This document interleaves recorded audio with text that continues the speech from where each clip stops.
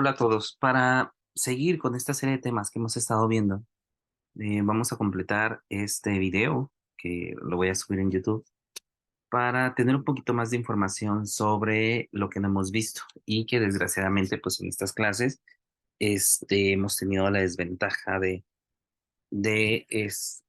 pues de que me comicien a otras cosas, ¿no? Voy a compartir pantalla para ver una presentación. No recuerdo si ya lo vimos, si no, bueno, vamos a agarrar un poquito de lo. Ay, Dios. Ay, no lo puedo. Válgame Dios. Ahí está. Bien, vamos a ver un poquito de lo que nos habla esta presentación. La historia marca con respecto a los bancos de sangre y las transfusiones, pues los bancos de sangre se crearon aproximadamente en la Segunda Guerra Mundial. Fueron utilizados como siempre por la milicia, ¿no? Pero la historia marca que desde 1492 hay escritos que hablan sobre el inicio de las transfusiones sanguíneas. En 1942, cuando el Papa Inocencio octavo era el Papa de la Iglesia Católica Romana, cuenta la historia que cayó enfermo y el Papa pues necesitaba una transfusión, ¿no? Tenía anemia, tenía sangrados y necesitaba una transfusión. Entonces sus concejales médicos, pues lo que le decían era que necesitaba, pues que se le suministrara sangre fresca, sangre joven, para poder recuperarse del problema que tenía, porque tenía sangrados gástricos, ¿no?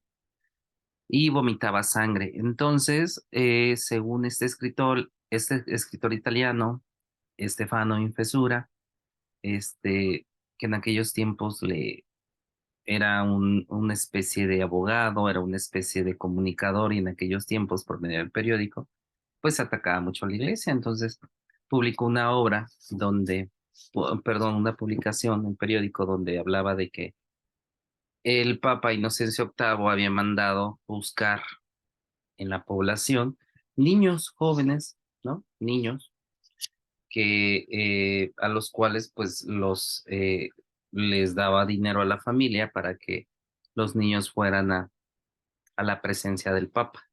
Ya estando con el Papa, los niños les empezaron a sacar sangre, los empezaron a desangrar y al Papa le dieron a beber la sangre de sus niños. Obviamente, pues los niños se murieron desangrados y el Papa también con la reacción anafiláctica que tuvo, ¿no? De diferentes tipos de sangre. ¿A qué voy con esto? Bueno, de que marca la historia que este es el inicio de, que marca la historia sobre las transfusiones sanguíneas. No como una transfusión en este caso, sino el consumo de la sangre, ¿no? Pero una forma de reemplazar las necesidades de este líquido en el cuerpo de este tejido. Más adelante, para 1667, un médico italiano, Jean-Baptiste Denis, empezó a hacer experimentos. Él utilizaba sifilíticos y hacía transfusiones de un perro al sifilítico y que supuestamente pues era para curarle la sífilis. Obviamente también, bueno, la ventaja de esto que marca la historia, podrán decir, son datos medio raros, medio extraños, ¿no? Pero a partir de aquí ya se empezaba a escribir sobre las reacciones que generaba el que se transfundieran sangre y que no fueran compatibles con las personas, ¿no? Entonces ahí cuando había esta transfusión de un perro a una persona, pues se daban cuenta que se generaba una serie de signos, una serie de síntomas, inflamación, estupor, temperatura, etc., etc. Y pues obviamente las personas se morían, ¿no? Y el perro también. Pero a partir de entonces ya se empezó a investigar sobre que existían algunas sustancias en la sangre que podrían generar este tipo de rechazo o este tipo de aceptación de un individuo a otro. Más adelante, con los avances, la inmunología se empezó a desarrollar, la biología celular, y con ello, pues también la investigación, ¿no? Entonces hubieron importantes investigadores como Karl Landsteiner, que es el padre, uno de los padres de la inmunología. Karl Landsteiner en sus experimentos se dio cuenta que dentro de la sangre existían algunas sustancias que generaba que cuando se juntaban sangre de dos personas diferentes, había algunas que sí aglutinaban y había otras que no, o sea, formaban grumos. Entonces él decía que tenía que haber algo en esa sangre para para que el resultado fuera la aceptación o rechazo. Y gracias a sus experimentos se dio cuenta que en los eritrocitos existía unos determinantes antigénicos, es decir, unas proteínas de membrana en los eritrocitos, a los cuales clasificó como A, B y cero. Estas proteínas de membrana, estos determinantes antigénicos, no se encontraban todos en las mismas personas. Muchas veces en algunas personas solo se encontraba el determinante antigénico A, en otras se encontraba el A y el B, en otras solo el B y en otras ni el A ni el B. Entonces a los que tenían el antígeno, la proteína de membrana, le llamaban a otros B, a los que tenía ambos, pues AB, y a los que no tenían les llamó cero. Entonces, ya se conocía esta clasificación de tipo sanguíneo AB0 que actualmente le llamamos ABO. Un año después, en 1902, sus alumnos pudieron identificar el otro tipo sanguíneo que es el RH. El RH, sus alumnos lo pudieron identificar no en persona, sino más bien en un animal, en el Macacus rhesus, en un changuito. Para entonces, pues ya tenían dos grupos sanguíneos que alcanzaban que habían descubierto, ¿sí? Dos grupos sanguíneos, el sistema ABO y el sistema RH. Sabiendo esto, pues ya se conocían los tipos sanguíneos de las personas. Sin embargo, pues obviamente para entonces no se hacían transfusiones tan fácilmente porque para empezar se corría el riesgo de la coagulación, eh, se debía de tener mucho cuidado a la hora de hacer transfusiones, entre otras cosas. Para 1914, un médico argentino, el doctor Luis Agote, empezó a hacer investigaciones sobre una sal llamado citrato. El citrato es un anticoagulante que ayuda a que la sangre no se coagule, porque obviamente secuestra algunos iones de la cascada de señalización, perdón, de la cascada de coagulación. Y con esto, pues se evita que la sangre se coagule. Entonces, teniendo ya la tipificación sanguínea y teniendo también un anticoagulante como el citrato, pues a partir de ahí se empezó a desarrollar el, eh, las transfusiones sanguíneas, pero no nada más eso, sino también empezaron a tener en cuenta que la sangre también se podía almacenar por medio del anticoagulante, iba a ayudar muchísimo a que no se coagulara, y segundo, los tipos sanguíneos pues ayudarían mucho a las pruebas de compatibilidad. A partir de la Primera Guerra Mundial, empezó a haber como este pequeño boom de querer mantener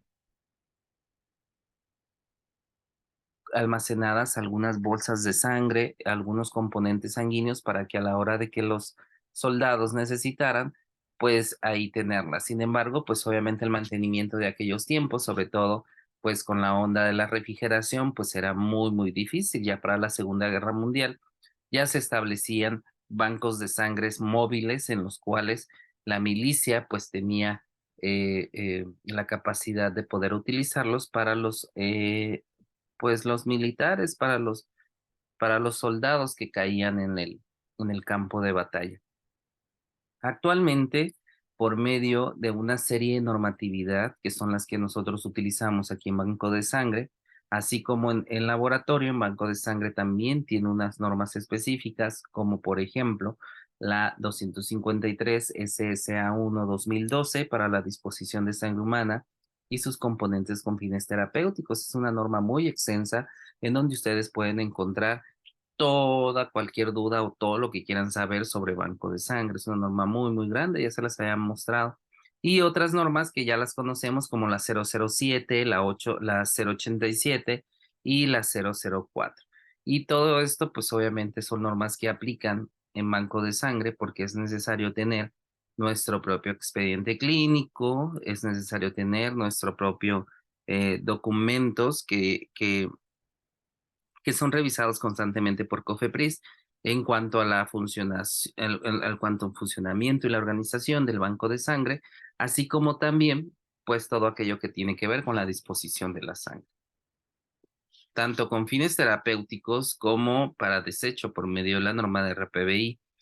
Utilizamos antes de cruzar sangre o antes de egresar sangre de banco de sangre a un paciente, debe de haber una solicitud, un medio por escrito en el cual el médico nos va a decir algunos datos del paciente, datos de su problema de salud, así como también la cantidad de productos o qué tipo de fraccionados necesita, entre otros datos. Es un documento importante que el médico debe de mostrarnos antes de que nosotros vayamos a dar el paquete de sangre. Obviamente para eso el paciente o los familiares ya deben de saber sobre los pros y los contras de la aplicación de de, de cualquier fraccionado o paquete de sangre. Dice, los receptores deberán otorgar su consentimiento escrito con firma de autorización o en su caso con huella dactilar una vez que hubieran recibido información completa en un documento denominado carta de consentimiento informado. Importantísimo. Es obvio que el utilizar una carta de consentimiento informado es para que el receptor pues conozca todos los pros y los contras que derivan de la aplicación de un fraccionado sanguíneo, así como también las complicaciones que pueden existir.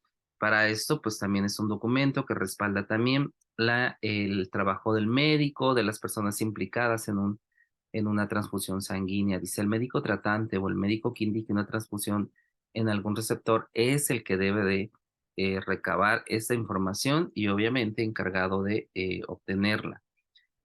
Existen diferentes tipos de fraccionados sanguíneos. Yo les había dicho que teníamos 5, ¿sí? Sin embargo, los que más se utilizan son el concentrado eritrocitario, es decir, la sangre, los concentrados eritrocitarios de la sangre se van a obtener solamente los eritrocitos y son los que se van a necesitar, pues en dado caso que el paciente necesite aumentar su hemoglobina, pues pacientes anémicos o también en pacientes que tienen algún mal metabolismo de la hemoglobina, problemas con el hierro, problemas con eh, el, el, eh, la vitamina B2, entre otras cosas, así como también la pérdida directa de la sangre.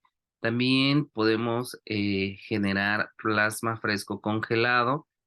Este plasma, pues, es aquel que se va a separar de la sangre total, la desplasmatizamos, le quitamos el plasma y ese plasma se clasifica y se mete a congelar. Obviamente, también se le hace una serie de estudios. Y por último, el concentrado plaquetario. El concentrado plaquetario, pues obviamente se va a utilizar cuando el paciente necesite plaquetas, tenga deficiencias de plaquetas y problemas, pues obviamente también con la coagulación, al igual que el plasma congelado. Los tres tienen diferentes formas de almacenamiento. Si se fijan, pues el primero, la bolsa de concentrado hidrocitario, pues tiene una caducidad de 35 días, que tiene que ver muchísimo con la viabilidad de los eritrocitos, pero este pues va a estar en refrigeración de 2 a 6 grados centígrados, ni más arriba ni más abajo, ya que pueden cambiar muchísimo los componentes, así como también las viabilidad de las células. En el caso del plasma fresco congelado, se puede poner en 3 tipos de congeladores. El primero, que esté a menos 18 grados, normalmente ese plasma tiene una caducidad aproximadamente de un año y pues ese plasma pues ahí puede estar, ¿no? Confinado. Pero también existen congeladores mayores a 25 grados, a menos 25 grados centígrados y a esta temperatura, pues el plasma puede estar ahí aproximadamente hasta 5 años. Y en el caso de criocongeladores, como el que tenemos nosotros en banco de sangre, que está a menos 70 grados centígrados, pues podría tener una, una viabilidad aproximada hasta 10 años, dependiendo obviamente el manejo, dependiendo también de pues de las condiciones en las que se encuentren también esos equipos.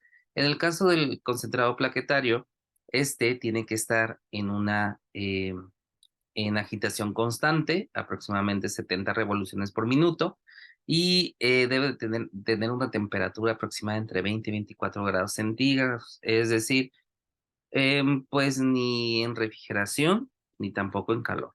Debe de estar así como medio fresquecito, ¿no? Y tiene una viabilidad de 7 días nada más. Después de 7 días se tienen que desechar en dado caso que no se disponga. Se realizan diferentes tipos de pruebas a estos paquetes. Primeramente, pues la tipificación sanguínea, ABO-RH. Se les realizan también pruebas cruzadas. También se rastrean anticuerpos irregulares, así como también se les realizan una serie de pruebas, ¿no? Cuando a nosotros nos piden pruebas cruzadas a banco de sangre y no se necesitan en ese tiempo, en ese rato que se piden, estas pruebas tienen también una caducidad que es aproximadamente 72 horas. Después de 72 horas de que nos pediste sangre y no vas por ella, esa sangre se descruza y se utiliza pues obviamente para otro paciente.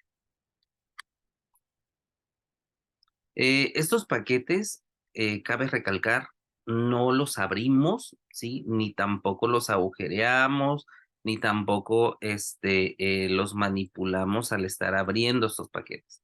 Lo que utilizamos son unos remanentes que están en la misma vía, es decir, como unos pequeños choricitos, unos pequeños bolis pequeñitos que quedan ahí de las vías, las utilizamos para poder utilizarlos como, perdón, valga la redundancia, los utilizamos para, como si fueran pilotos, pruebas pilotos, y con ello evitamos abrir las bolsas, ¿sí? Por eso es que las podemos reutilizar, porque no abrimos las bolsas, solo utilizamos pilotos.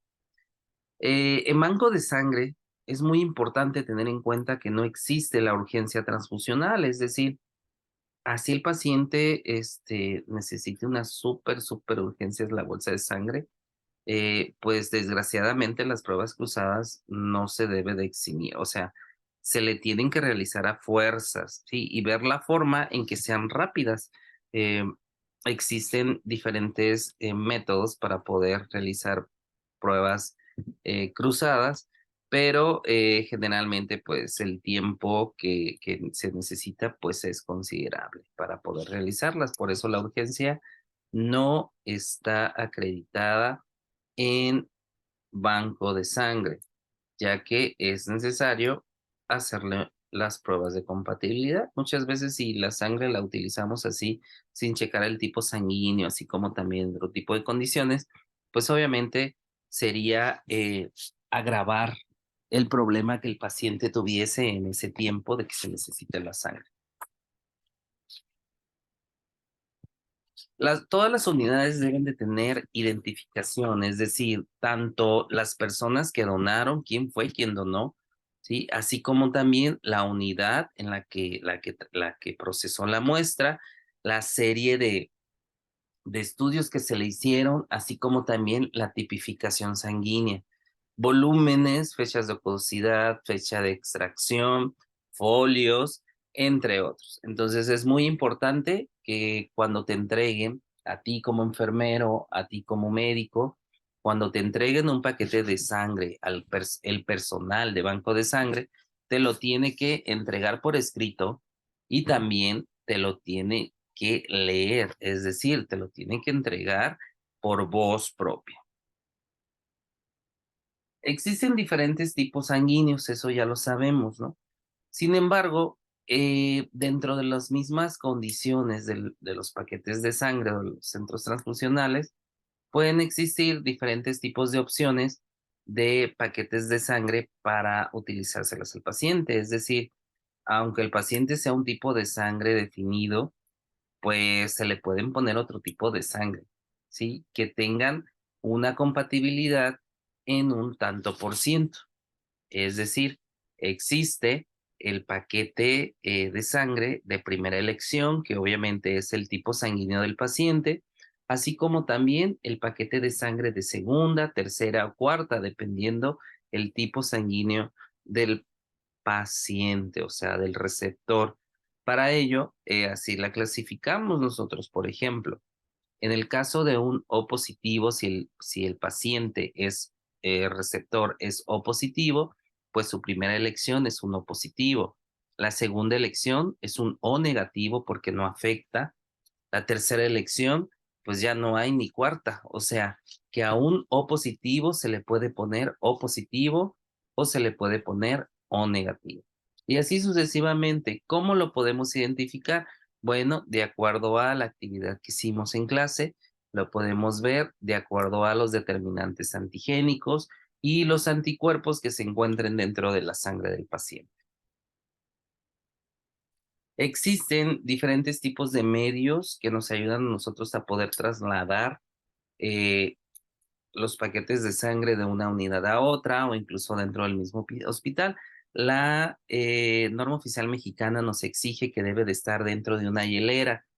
Esta hielera debe contener un congelante. El congelante no debe de estar en contacto directo con la bolsa de sangre. El congelante debe tener una barrera o debe tener algún envoltorio que evite que el congelante o el hielo que esté ahí esté en contacto directo con la sangre.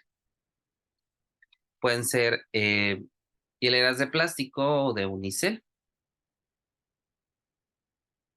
Las bolsas de sangre que hayan salido de banco de sangre solamente tienen un tiempo de 30 minutos para poder ser aceptadas nuevamente. Es decir, salió una bolsa para aplicársela a un paciente, el paciente falleció, pues tenemos 30 minutos para regresarla. Después de los 30 minutos, normalmente las bolsas se encuentran ya a temperatura ambiente y va a ser muy difícil que nosotros la volvamos a utilizar para refrigerarla o incluso si está descongelada, pues ya no se acepta, ¿sí? Entonces la persona en su departamento pues tiene que disponer de ese paquete de sangre. Y obviamente las bolsas no se van a aceptar, ¿sí? Si están mal cerradas, si están picadas, si están,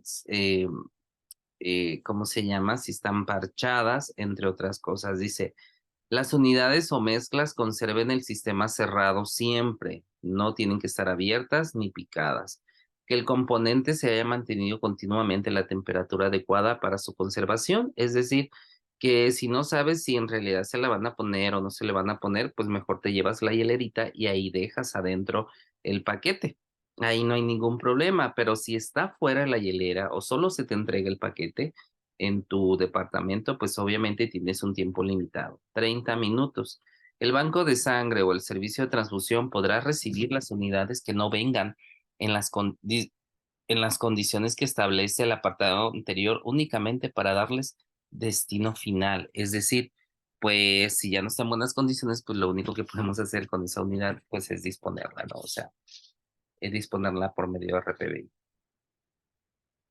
Bien, pueden existir diferentes tipos de reacciones adversas después de aplicar una bolsa de sangre, ya sea pues el rechazo, aunque sea del mismo tipo sanguíneo, muchas veces dentro de la sangre del donador, o sea, la bolsa, pueden existir aglutininas o proteínas o anticuerpos que pudiese generar algún tipo de reacción inmunológica o de rechazo en el paciente. Por eso es necesario generar una serie de pruebas si las condiciones del paciente son muy, muy delicadas o el paciente tiene un problema en cuanto a su susceptibilidad inmunológica.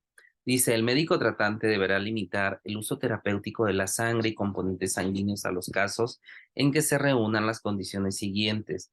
Cuando el receptor tenga un padecimiento que no sea susceptible de corregirse por otros métodos terapéuticos y cuando el beneficio terapéutico predecible supere los riesgos inherentes. Es decir, que lo último que puedes hacerle a un paciente es ponerle sangre.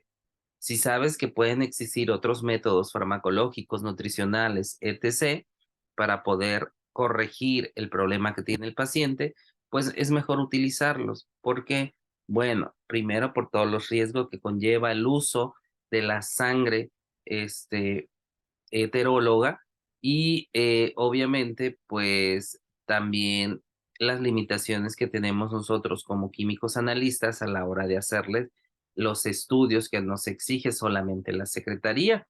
Entonces, quiere decir que no le hacemos absolutamente todos los estudios sabidos y por haber a un paquete de sangre.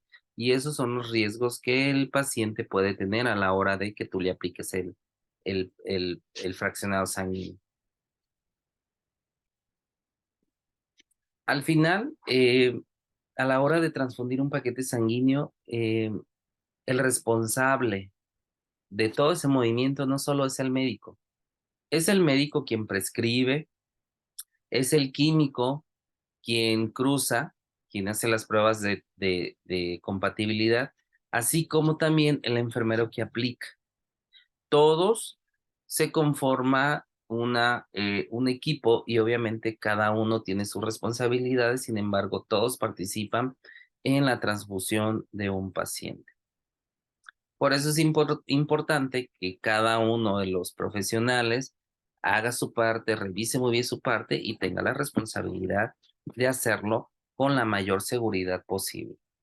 Eh, Cuando había comentado, cuando un paquete se deja en un servicio, por ejemplo, si yo se lo entrego al médico o se lo tengo al enfermero, debo de entregar aparte por escrito el, que el paquete que estoy llevando, el paquete de sangre, es compatible. Se lo entrego por escrito, firmado, y aparte también se lo entrego hablado, o sea, de forma verbal.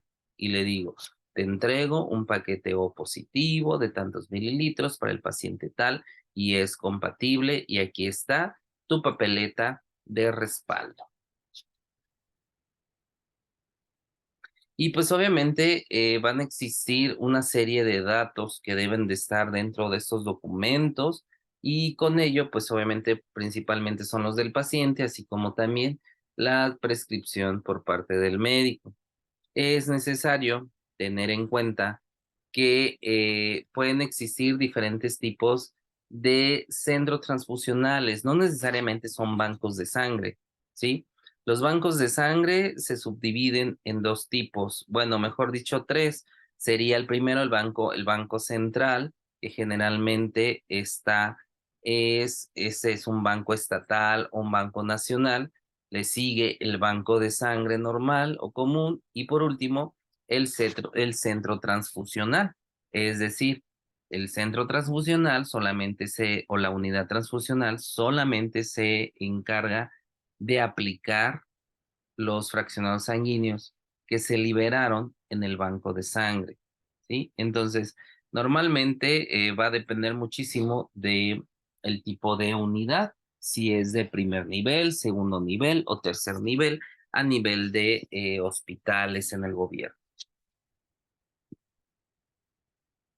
Bien, el proceso que normalmente se lleva a la hora de pedir un fraccionado sanguíneo es el siguiente. Primero, pues obviamente se lleva a cabo la evaluación del paciente. Segundo, pues se indica de acuerdo al problema que tenga, ¿sí? Ya sean sangrados, anemias, coagulopatías, inmunodeficiencias, trombocitopenias, etc., etc. Con base en ello, se sigue con la siguiente parte, que es la indicación de la transfusión. Se va a utilizar un documento, como habíamos hablado, el consentimiento informado, así como también el formato de petición de unidades Y todo esto pues está dentro de la guía del uso clínico de la sangre, así como de la norma oficial mexicana de sangre internacional. A continuación, pues ese formato se llena y se envía a Banco de Sangre para su solicitud. Si no envías la solicitud de transfusión a Banco de Sangre, no se va a llevar a cabo el proceso de pruebas, pruebas de compatibilidad, porque se necesita este documento como apoyo, respaldo a lo que está pidiendo el médico. No se va a transfundir ni se va a dar ningún paquete si solo es hablado. Después de esto, pues en Banco de Sangre se lleva a cabo la recepción en el servicio de transfusiones de este documento, pero no solamente el documento, también tiene que llevar tanto un tubo morado del cual vamos a obtener las células sanguíneas del paciente y un tubo rojo o amarillo donde vamos a obtener el suero del paciente. Entonces, lo que utilizamos es que los eritrocitos del paciente lo contraponemos con el plasma o suero del donador, o sea, de la bolsa, y viceversa, y el plasma o suero del paciente contra las células o eritrocitos de la bolsa. Y de esta forma, por eso se llaman pruebas cruzadas, porque se cruza célula del paciente con suero de la bolsa, suero del paciente con células de la bolsa. Y de esta forma, pues empezar a correr las pruebas cruzadas. Se lleva a cabo el inicio de pruebas pretransfusionales que se realizan por medio de una serie de reactivos o equipos que nosotros utilizamos para hacer las pruebas de compatibilidad. Utilizamos la prueba en tubo para determinar el tipo sanguíneo, aunque ya lo conozcamos. En banco de sangre se tiene que repetir esta prueba para estar seguro de que no existe algún tipo de anticuerpo o proteína que vaya a generarnos algún problema o simplemente para que no exista una equivocación. Así como también realizamos las pruebas cruzadas por medio de una serie de reactivos donde cruzamos la sangre del paciente con la sangre del donador para así evitar las incompatibilidades. A estas pruebas se llaman pruebas cruzadas. Al término de realizar estas pruebas, ahora sí, podemos determinar si existe algún tipo de reacción. Si, pueden existir incompatibilidades incluso con bolsas y pacientes del mismo tipo sanguíneo.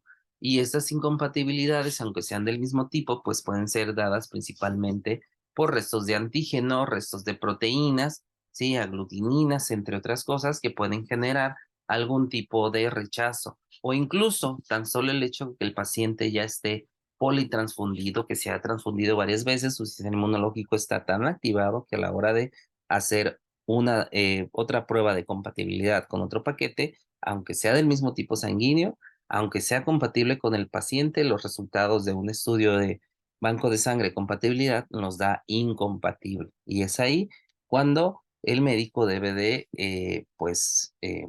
evaluar de nuevo al paciente para saber si se le va a poner la sangre o no se le va a poner.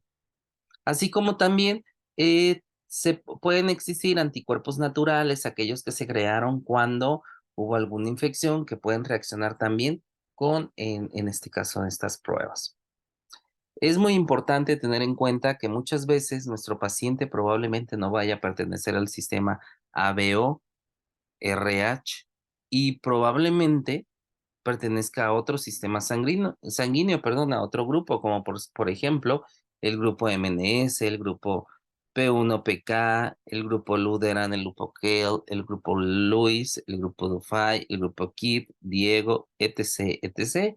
Existen muchos tipos sanguíneos diferentes del sistema ABO, RH, ¿sí? Y por ello, pues hay veces que también vamos a tener problemas a la hora de transfundir este tipo de paquetes a este tipo de personas. Es por ello que se van a generar componentes especiales a la hora de rastrear estos diferentes determinantes antigénicos.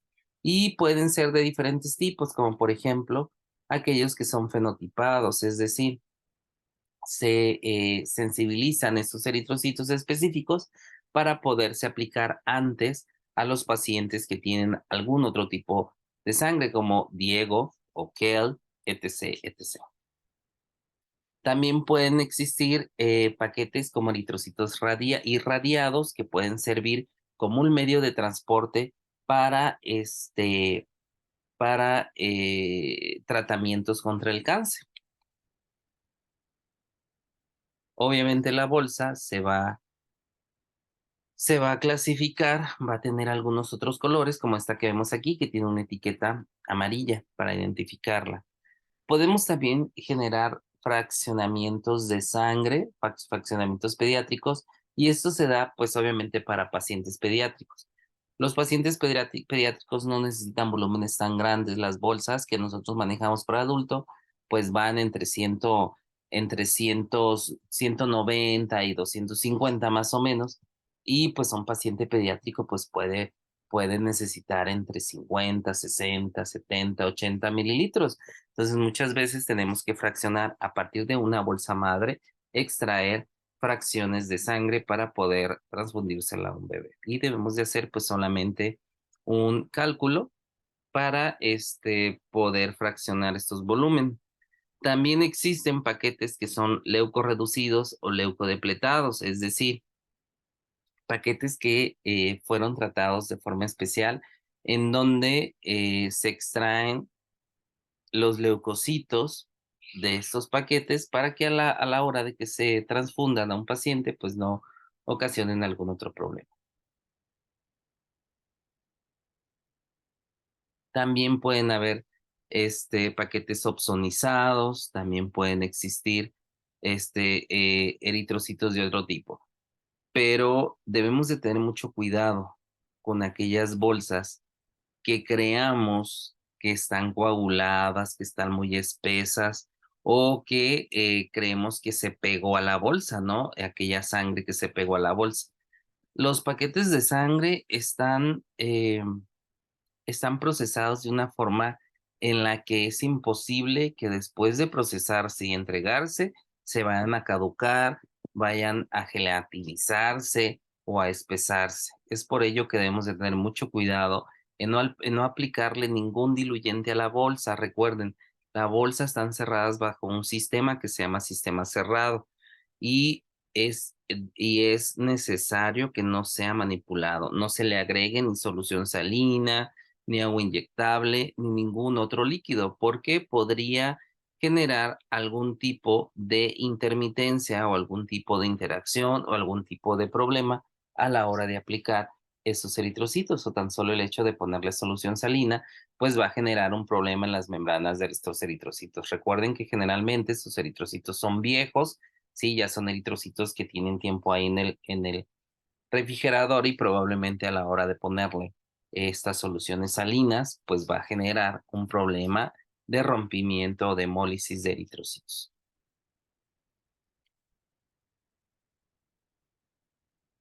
Bien. Eh, Banco de sangre o hematología exigen que después de que un paciente haya sido transfundido, esté bajo cierta vigilancia por posibles riesgos que pudiesen haber. Algunos de estos podrían ser, por ejemplo, reacciones que puedan salir días después de haber sido transfundido. Por eso debe existir en todas las unidades de salud un organismo, un comité de hemovigilancia que esté en contacto directo con estos pacientes que han sido transfundidos. ¿Para qué? Bueno, pues para vigilar que no haya tenido reacciones secundarias o reacciones después o post transfusión. Sin embargo, en México, pues eso no existe y probablemente solo en países muy desarrollados. Sin embargo, pues es muy difícil también el tener un control sobre los pacientes que llegan, sobre todo pues pacientes que muchas veces ni siquiera tienen familiares o que vienen de otros estados y pues es difícil volverlos a ver, ¿no? Bueno, pues hasta aquí terminamos esta presentación. Es algo de información sobre banco de sangre y sus preguntas pues las podemos abordar el día que nos veamos. Muchas gracias.